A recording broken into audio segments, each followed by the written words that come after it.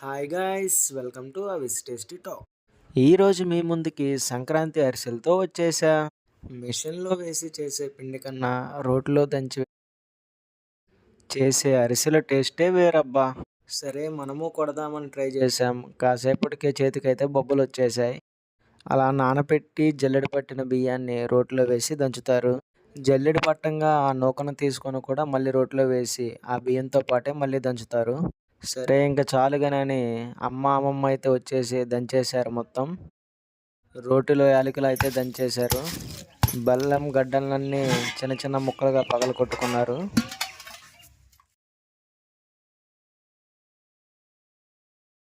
పగలగొట్టిన చిన్న చిన్న బెల్లం ముక్కలన్నిటిని ఒక టీ కప్పు గ్లాస్ వాటర్ అయితే పోసి పొయ్యి మీద పెట్టేశారు. ఆ బెల్లం అంతా కరిగి బాగా జిగటగా తేలే వరకు అట్లా పడుతూనే ఉంటారు పాకం. అలా మధ్య మధ్యలో చూసుకుంటూ ఉండాలి పాకం మళ్ళీ ఎక్కువ అవ్వకుండా.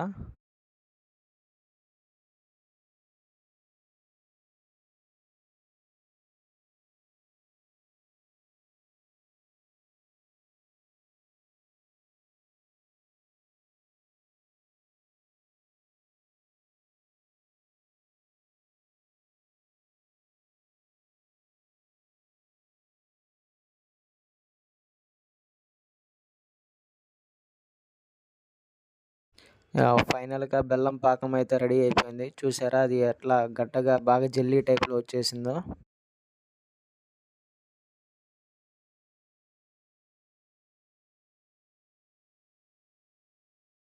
ఆ బెల్లం పాకంలో మనం దంచుకున్న పిండిని అయితే మొత్తం తీసి కలుపుకోవాలి తెడ్డుతో.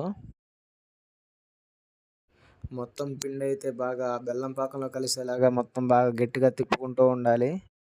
ఇది బెల్లం పాకం వేడి చల్లారేలోపే మొత్తం పిండంతా ఆ బెల్లం పాకంలో కలిసేలాగా తిప్పుకుంటూనే ఉండాలి.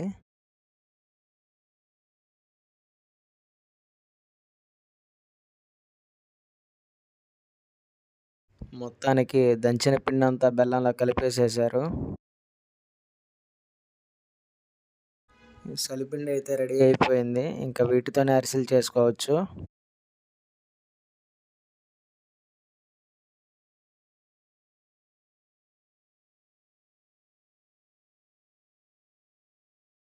ఇంకా వాటిని తీసుకొని చిన్న చిన్న ఉండల్లాగా చేసి ఇంకా మొత్తం చిన్నగా నూనెలో వదులుకోవడమే. హ్యాండ్స్‌కి నెయ్యుంటే నెయ్యి, లేదు ఆయిల్ అయితే ఆయిల్ చూసుకొని మొత్తం బాగా రౌండ్‌గా చేసుకొని వాటిలో ఆయిల్‌లో కాగే నూనెలో వేసుకోవాలి.